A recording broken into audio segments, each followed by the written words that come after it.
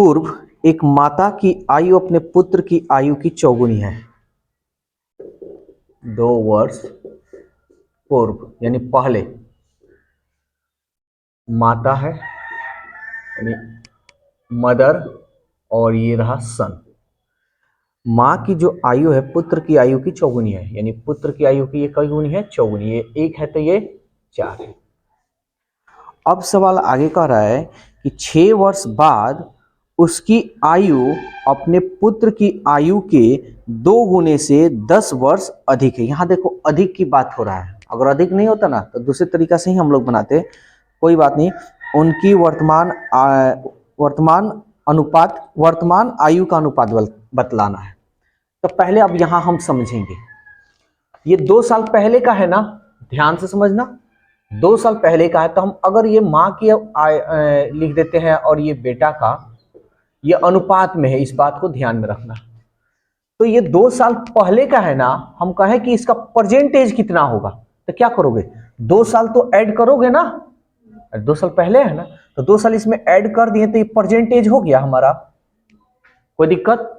अब ये present as हो गया। अब यहां सवाल कह रहा है, देखो 6 वर्ष बाद, अब जो आयु दे रहा है 6 साल बाद दे रहा है, तो इसको हम 6 साल बाद बना दे, क्या बना दिए? 6 साल बाद उसकी आयु यानी उसकी मां की आयु, उसकी आयु अपने पुत्र की आयु की 2 गुने से, यानी ये कई गुने से? 2 गुने से 10 वर्ष अधिक। हम कहें बराबर इनकी आयु करना है तो हम क्या करेंगे? 2 गुने से, यानी 2 गुना इसमें गुना कर देंगे, और 10 वर्ष ये ना अधिक है, यानी 2 गुने से 10 वर्ष ये अधिक है, तब इसमें 2 गुने से 10 वर्ष अधिक कर देंगे। 2 गुना भी कर दिए और 10 वर्ष अधिक भी कर दिए, है समझ में? तो इधर माँ की भी आयु, सॉरी इधर माँ की आयु और पुत्र की आयु, दोनों की आयु बराबर हो गई। अब इसको सॉल्व कर लेंगे। अनुपात को अनुपात के साथ याद रखना, 2 और 6 8 बराबर, ये 2 अनुपात 1, 2 6 8 प्लस 10। अब इसको हम सॉल्व करते हैं, अनुपात 4। अच्छा इस 8 को अगर हम इधर भेज दें तो माइनस होगा ना।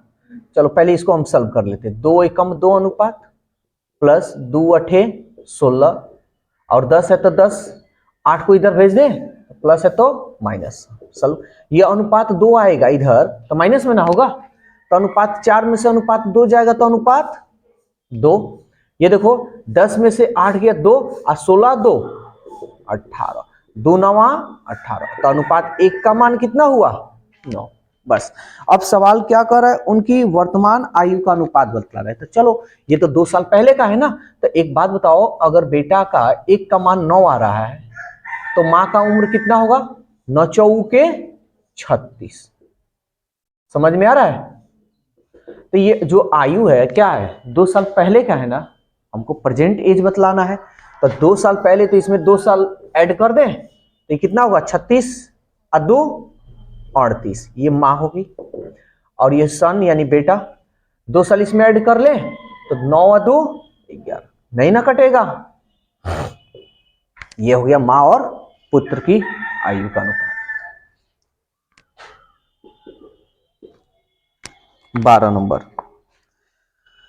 एक माँ और उसकी बेटी की आयु का योग 60 है, ठीक है, और उनके बीच आयु का अंतर 30 है, तो माँ की आयु ज्ञात करें। बहुत अच्छा क्वेश्चन है। ये माँ और ये बेटा की आयु का योग कितना है जी? 60 वर्ष है। फिर कह रहा है उनके आयु का अंतर, यानी माँ और बेटे के आयु का अंतर कितना होगा? 30 वर्ष। तो कह रहा है माँ की आयु क्या होगा, यही ना?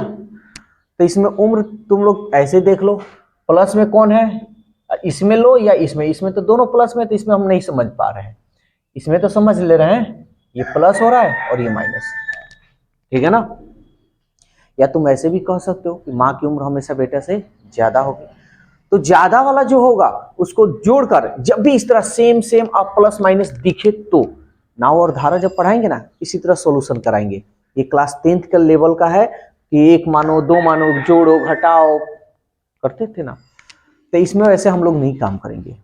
तो याद रखना, जो अधिक होगा उसको अधिक करेंगे, करने का मतलब जोड़ेंगे, तब भी ना अधिक होगा जी। जो कम होगा उसको कम करेंगे, कम तब भी होगा ना जब घटाएंगे। समझ में आ रहा है? गुना भाग इसमें नहीं करना है क्योंकि प्लस माइनस दिख रहा है, तो गुना भाग तो होगा नहीं, गुना गुना रहता तब ना। तो जो अधिक रहेगा उसको अधिक करेंगे, यानी अधिक बोले तो जोड़ेंगे। जो प्लस माइनस यानी माइनस में रहेगा उसको कम करेंगे, कम बोले तो माइनस यानी घटाना। और दूगो है ना, इसमें भी दूगो है, इसमें भी दूगो है, तो 2 से भाग कर देंगे। तो माँ की उम्र क्या है जी? ज्यादा है ना, तो क्या करेंगे? दोनों को जोड़ेंगे, अधिक करेंगे ना, तो 60 30 90, और दूगो है तो इसमें हम क्या करेंगे? 2 से भाग कर देंगे। तो कितना हो जाएगा? 45 वर्ष माँ की उम्र होगा। अगर पुत्र की उम्र बोलता तो क्या कर लेते? घटा लेते, 60 में से 30 गया 30, और दूगो पुत्र है तो हम 2 से भाग करते थे, कितना हो जाता? 15। समझ में आया? तो ये वाला पूछ नहीं रहा है, ये वाला पूछ रहा है, तो ये मेरा आंसर। कोई दिक्कत? कभी भी ऐसे ही बनाना सब। 13 नंबर देखो, 13 नंबर क्या कह रहा है? कह रहा है एक छात्र किसी प्रायोगिक परीक्षा में 10 बार कोशिश करता है प्रैक्टिकली। वह हर कोशिश से पहले तैयारी में 2 सेकंड का समय लेता है। अच्छा चलो, यहां हम थोड़ा बनाकर दिखा रहे हैं तो समझ में आएगा। 1 2 3 4 5 6 7 8 9 10 है ना। अगर तैयारी करेगा तो पहले तो 2 सेकंड का समय लेगा। 1 2 3 4 5 6 7 8 9 10। समझ में आ रहा है? तो एक बात बताओ, सवाल क्या कह रहा है कि एक छात्र किसी प्रायोगिक परीक्षा में 10 बार कोशिश करता है, 10 बार। तो पहले जो कोशिश किया होगा, ठीक है ना, पहले जो कोशिश किया होगा तो पहले तो ऑलरेडी कई दिनों से कर रहा होगा ना। समझ में आ रहा है? तो पहले कोशिश के लिए समय नहीं, पहले कोशिश के अनलिमिटेड समय लिया होगा, है ना। तो पहला वाला कोशिश के लिए हम नहीं लेंगे, तो क्या होगा? अब देखो, ये पहले वाला तो समय अपना लिया है, 2 सेकंड लिया होगा, कितना साल से तैयारी कर रहा होगा। तब उसके बाद हर कोशिश के लिए 1 बार 2 सेकंड का समय, तो देखो इसके लिए 1 2 3 4 5 6 7 8 9। समझ में आया? तो प्रत्येक सेकेंड यानी प्रत्येक जब कोशिश कर रहा है ना तो 2 सेकंड का समय ले रहा है। तो कोशिश कर रहा है तो 2 सेकंड, तो 9 बार तो किया होगा कोशिश, तो कितना समय लग गया? 2 सेकंड में गुना कर दिए। ठीक है, अब कह रहा है इसके बाद 2 प्रयासों के बीच 30 सेकंड का आराम करता है। जब भी दो को प्रयास कर रहा है ना, 2 के बीच में 30 सेकंड का, तो देख लो 1 2 3 4 5 6 7 8 9, 9 बार करेगा ना कोशिश, तो 9 बार कोशिश करेगा तो 9 बार में 30 सेकंड वह समय लेता है। तो प्लस 9 में गुणे 30 कर ले, टोटल समय हमको ना बताना है। 10 कोशिश पूरा करने में कितना समय लगा, तो पूरा 10 कोशिश करने में कितना समय लग रहा है वही निकाल रहे हैं। फिर कह रहा है पुनः प्रत्येक कोशिश के बाद, जब कोशिश कर लेता है तो पुनः प्रत्येक कोशिश के बाद 13 सेकंड प्रतिक्रिया में लगता है। यानी जब कोशिश कर लेता ना तो जो भी उसका काम धाम है उसमें वो 13 सेकंड का समय लेता है। तो प्रत्येक कोशिश बार 9 बार ना कर रहा है जी, तो 13 बार 9 प्रतिक्रिया जो करेगा 9 बार ना करेगा, तो प्लस 9 में 13 से गुना करेंगे, 13 सेकंड। तो 10 कोशिश पूरा करने में कितना समय लगेगा? यही ना 10 को कोशिश किया है, क्या है ना जी, यही। बस कर लो इसको, 9 दूनी 18, 9 3 27, 13 8 104, 13 9 117, जोड़ते हैं 7 8 7 15, 1 7 8 8 1 9 9 1 10, 1 2 3 3 और 1 4, कितना सेकंड का लगा समय? 405 सेकंड। ऑप्शन में मिनट में दिया है ना, चलो कर लेते हैं। तो हम क्या करेंगे? 405 को मिनट में करेंगे, कर लें। तो कितना बार में जाएगा ये? 5 से भी कटा सकते हो, तो कितना बार में जा रहा है? 5 एकम 5 और 5 दूनी के 10, 5 9 8 40 और 5 एकम 5, 8 1 9 फिर कटेगा ना, 3 चौके 12, 3 दूनी 6, 3 7 21, तो कितना होगा 4 छके 24, 4 सत्ते 28 नहीं होगा, तो 4 छके 24 बच गया 3/4, इतना ना मिनट हुआ जी, लेकिन पूर्णांक नहीं, पूर्णांक में नहीं दिया, मिनट और सेकंड में दिया। तो हम क्या करेंगे, ये तो हमारा 6 मिनट हो गया, और 3/4 जो मिनट है यही लिख देते हैं, इस मिनट को सेकंड में बदल लेते हैं, तो 60 से गुना कर लेते हैं, 4 एकम 4, 2 4 बचे 20, 15 तिहाई 45, 6 मिनट 15 तिहाई 45, 45 सेकेंड।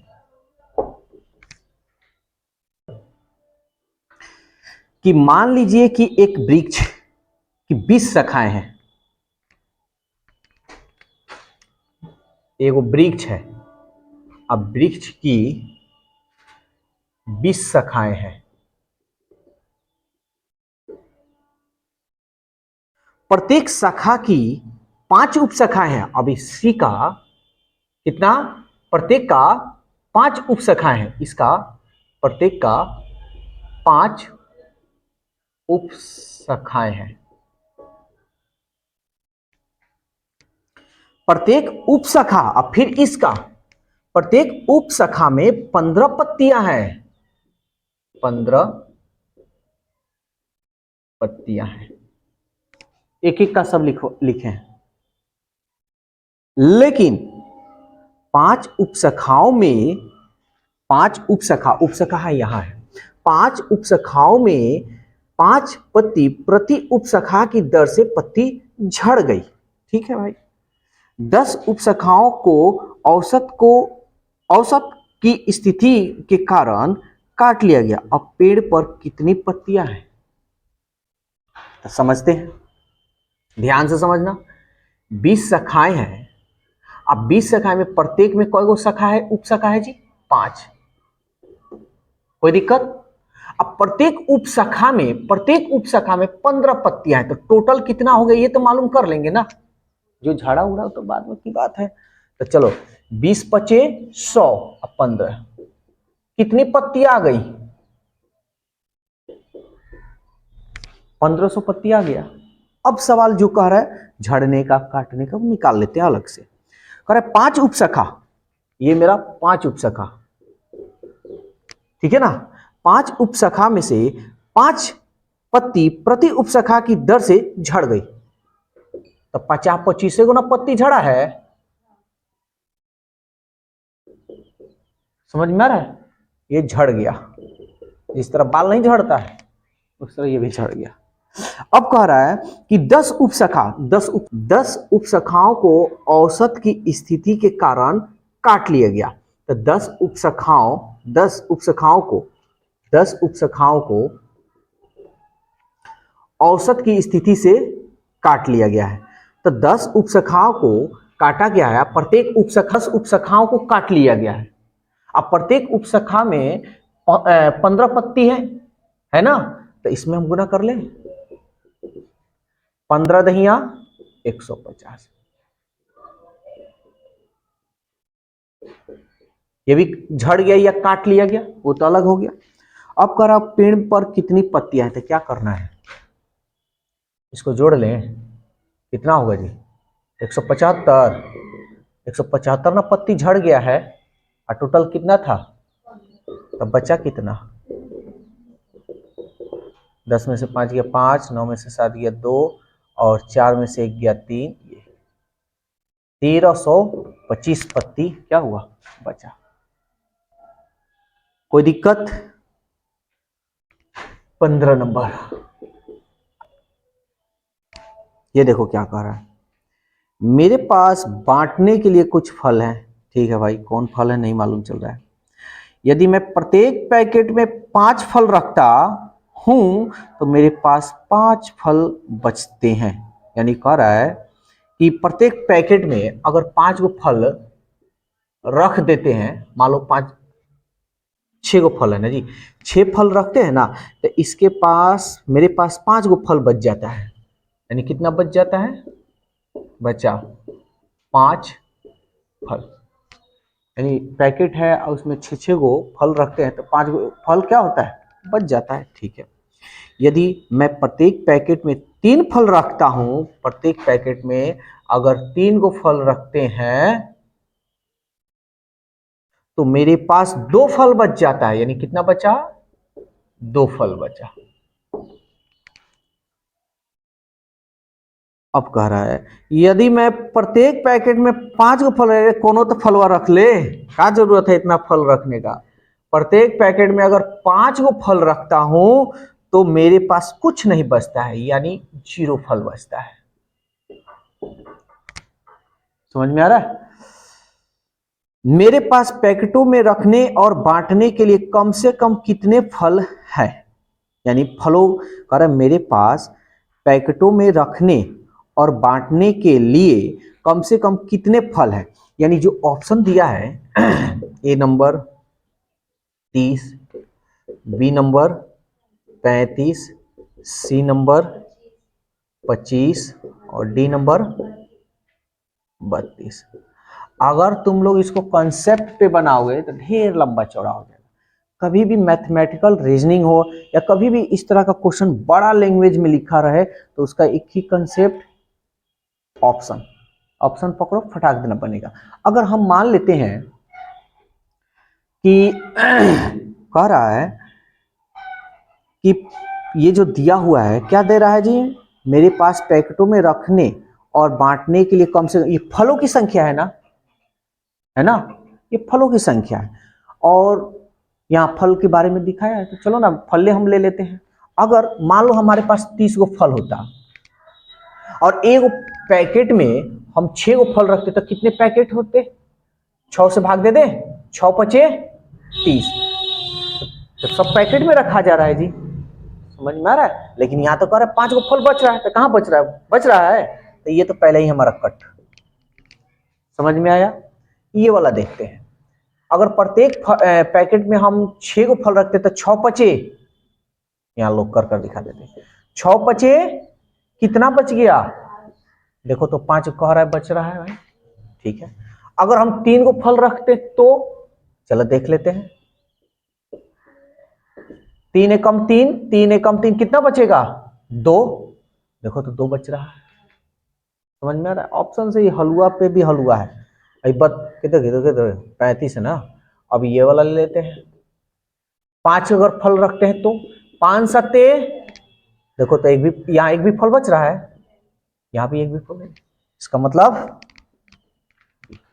है समझ में। ऐसे क्वेश्चन को देखने में पसीना छूट जरूर रहा कि बाप रे कैसे बनेगा, लेकिन ऑप्शन उठाओ सेकंड में बने। तो ऐसे क्वेश्चन को सेकंड में बनाने के लिए ऑप्शन बेटर है। कॉन्सेप्ट पे यानी मानकर बनाओगे, मतलब ये समीकरण इसको बनाकर ले चलोगे तो लंबा चलेगा। तो ऐसे क्वेश्चन को याद रखना, कभी भी लैंग्वेज जब बड़ा रहे तो उसको ऑप्शन से ही बनाना। ठीक है, चलो जल्दी से इसे नोट करो। एक कक्षा में 50 बच्चे हैं, यानी 50 बच्चे हैं। पहले हम ये देख लेते हैं कि क्या निकालने को कह रहा है। सिंपल सी बात है, कह रहा है पूरी वर्दी, यानी वर्दी को यूनिफॉर्म इंग्लिश में बोलते हैं, कितने बच्चे पहन रहे हैं, यही ना पूछ रहा है। ठीक है, तो पहनने वाला निकालना है तो ना पहनने वाले को भगाना है। तो टोटल 50 बच्चे हैं। अब कह रहा है भाई कि 4% के पास कोई वर्दी नहीं है, तो 4% के पास नहीं है, पहनने वाला हमको निकालना है। तो 100 में से 4% के पास नहीं है तो कितने प्रतिशत के पास है, तो इस 96% बच्चा पहनेगा वर्दी। ठीक है, अब आगे कह रहा है शेष 96%, यानी यही ये वाला है, शेष 96 किधर गया, शेष 96% में से 1/3 बच्चे वर्दी का केवल एक भाग पहन रहे हैं। मेरा पूरी वर्दी, तो ये शेष क्या कह रहा है, वर्दी का केवल एक ही भाग। मान लो कि कोनो यूनिफॉर्म है, कोनो को पैंट है तो कोनो को शर्ट नहीं है, कोनो को शर्ट है तो पैंट नहीं है, अधूरा पहन रहा है, क्या करे बेचारा बच्चा है सब। लेकिन यही कह रहा है कि पूरी पहनने वाला का निकालना है। तो एक बात बताओ, ये 1/3 भाग जो है बच्चे की वर्दी का केवल 1/3 भाग पहन रहा है, तो पूरा कितना पहनेगा, तो 3 में से घटा लें, 3 में से गया 2, कितना भाग पूरा पहनेगा जी? 2/3 भाग। यही ना पूरा वर्दी पहन रहा है। सवाल करा पूरी वर्दी पहनने वाले बच्चे, सॉल्व कर लो। 50 दूनी 100, 2 से 2, 3 त्रिक 9, 3 दूनी 6, कितने बच्चे पहन रहे हैं वर्दी? पूरी वर्दी वाले भैया लोग। ये रहा। देखो क्वेश्चन केवल घुमा देता है। अब बताओ इसमें कुछ था, एक लाइन में पूरा स्वाहा। अब यही थोड़ा समझने में थोड़ा दिक्कत, ठीक है ना? यहाँ पूरा क्लियर कर दिया। तो इसलिए ऐसे क्वेश्चन भारी नहीं होते हैं, बस तुमको बस भटकाता है रास्ता। 17 नंबर, ये भी देखो कितना बढ़िया क्वेश्चन है। कह रहा है एक बस जब, क्या निकालना है पहले ये देखिए, आरंभ में बस में कितने यात्री थे, यही ना पूछ रहा है। तो क्या दिक्कत है, ऑप्शन ले लेते हैं। तो ये जो दिया हुआ है, ये ए नंबर 25 दिया है, B number 30, C number, D number 50। ये सारे यात्री लोग हैं, ठीक है। तो ये जब जो दिया है इसी को हम मान लेते हैं, सबसे बढ़िया रहेगा। ऐसे क्वेश्चन को ऑप्शन से बनाओगे ज्यादा बेस्ट रहेगा। कह रहा है एक बस जब चली तो उसमें निश्चित संख्या में कुछ यात्री बैठे थे, ठीक है। पहले स्टॉप पर हम मान लेते हैं पहला जो बस है, बस में यात्रियों की संख्या 25 है ना। यहाँ पे हम सॉल्व कर दिखा रहे हैं, सॉल्व करने में ज्यादा समय नहीं लगना चाहिए। तो कह रहा है कि पहले स्टॉप पर से आधे यात्री उतर गए। अच्छा एक बात बताओ, आधे यात्री उतर गए तो कितने बचे होंगे? 12.5। तो का एगो को नाटुर उसमें होगा का? अरे कहने का मतलब आधा ना उतरेंगे जी, कि एगो को मतलब 12 पूरा उतरेगा, एगो बौना होगा का उसमें? तो ऐसा क्वेश्चन नहीं, यानी कहने का मतलब ये पहले ही कट, समझ में आया? और नहीं तो ये मत सोच लेना कि वो बावना होगा तो इसीलिए ऐसा होगा, ये नहीं सोचना है। फिर आगे देखते हैं, तब ये हमारा नहीं होगा, तब 30 ले लेते हैं।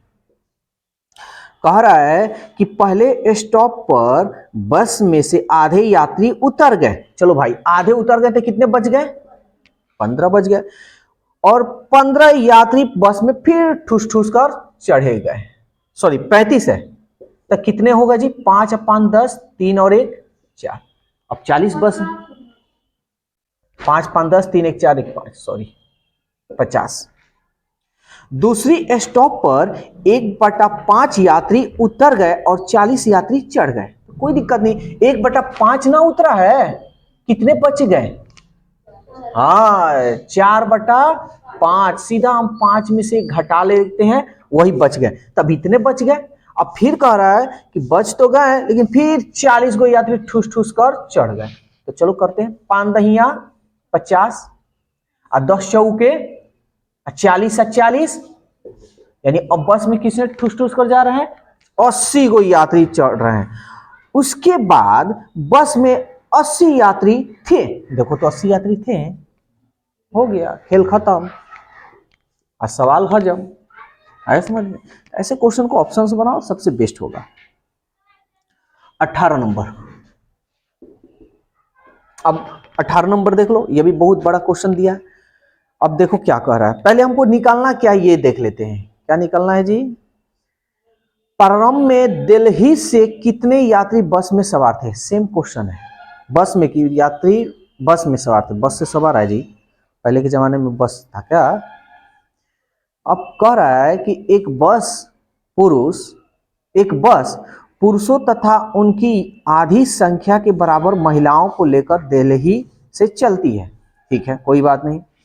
मेरठ पहुंचने पर 10 पुरुष उतर जाते। अब ध्यान से समझना, इसको भी ऑप्शन से हम बना लेते हैं। ऑप्शन नंबर ए 36 है, ऑप्शन नंबर बी 45, सी 15 और डी। याद रखना ऐसे क्वेश्चन को अगर मानकर बनाओगे तो थोड़ा लंबा प्रोसेस हो जाएगा, ऑप्शन से बनाओगे ना शॉर्टकट में बनेगा। अब देखो, तो इसमें कह रहा ना कि जितना पुरुष था ना, पुरुष का आधा संख्या महिला का था, तो हमको इससे कोई मतलब नहीं है। आगे हम बढ़ेंगे। मेरठ पहुंचने पर 10 पुरुष उतर जाते हैं। अगर हम मान लो कि ये हम संख्या मान लें तो 10 को उतर गया तो कितना बच गया जी? 26 को बच गया, ठीक है ना। तथा 5 महिला सवार हो जाती हैं। लो 5 सवार हो गई तो कितने हो गए? 31। अब बस में पुरुषों तथा महिलाओं की संख्या बराबर है। अच्छा एक बात बताओ, क्या ये बराबर है? क्या इसको दो भाग में बांटा जा सकता है? कि भावना उन्होंने ना करने का विचार है, तो ये नहीं होगा। लेकिन एक बात बताएं, सही रियल डाउन होते जा रहा है। बर्गर खाएगी, पिज्जा, चाउमीन, जलेबी, समोसा, बाहर का जो चीज जाए वहां मुंह ना ललचे उन लोग का, तो ऐसा हो नहीं सकता है, ठीक है। तो इन लोग ये सब कंट्रोल कर लो, इसलिए शरीर स्वस्थ रहेगा। अब चलो next question, sorry next option देखते हैं 45, ये वाला ले लेते हैं। मेरठ पहुंचने पर 10 पुरुष उतर गए। अच्छा 10 उतर गए तो कितने बच गए? 35। अब देखो पहला जो ऑप्शन है ना, पहले ही ऑप्शन में तो दिमाग लगाना पड़ता है कैसे। अब एगो में हम जान गए जोड़ घटाव करना फटाफट कर लेंगे। अब कह रहा है कि 5 महिला सवार हो जाती है। लो 5 सवार हो गई तो कितने हो गए? तो कह रहा है अब पुरुष और महिलाओं की संख्या बराबर हो गई। देखो तो बराबर हो गई, 20 गो इधर और 20 गो इधर, तो ऑप्शन हमारा ये ना होगा। है समझ में? क्वेश्चन में है दम, नोट करो। है कि 85 बच्चे एक मनोरंजन पार्क गए जहां roller roller coaster, giant wheel और टॉय ट्रेन पर सवारी करते हैं। 85 बच्चे हैं भाई, और जो सवारी है एक रोलर है कोस्टर, दूसरा है जेंट व्हील, और तीसरा है टॉय ट्रेन। टॉय ट्रेन 3 गो है और सवारी करते हैं। कह रहा है पहले क्या निकालना ये हम देख लेते हैं। कह रहा है कितने बच्चों ने किसी पर सवारी नहीं की और कितने बच्चों ने बिल्कुल एक पर सवारी नहीं की, ये हमको बतलाना है। चलो देखते हैं। कह रहा है कि उनमें 20 ने तीनों पर सवारी की, यानी 20 जो है 20 बच्चे जो हैं वो तीनों पर सवारी कर रहे हैं।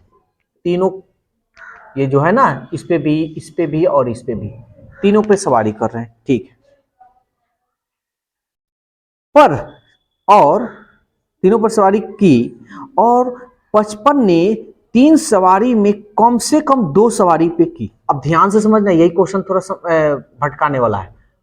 ये लिख रहा है ना कम से कम, यहां कम से कम 2 पर सवारी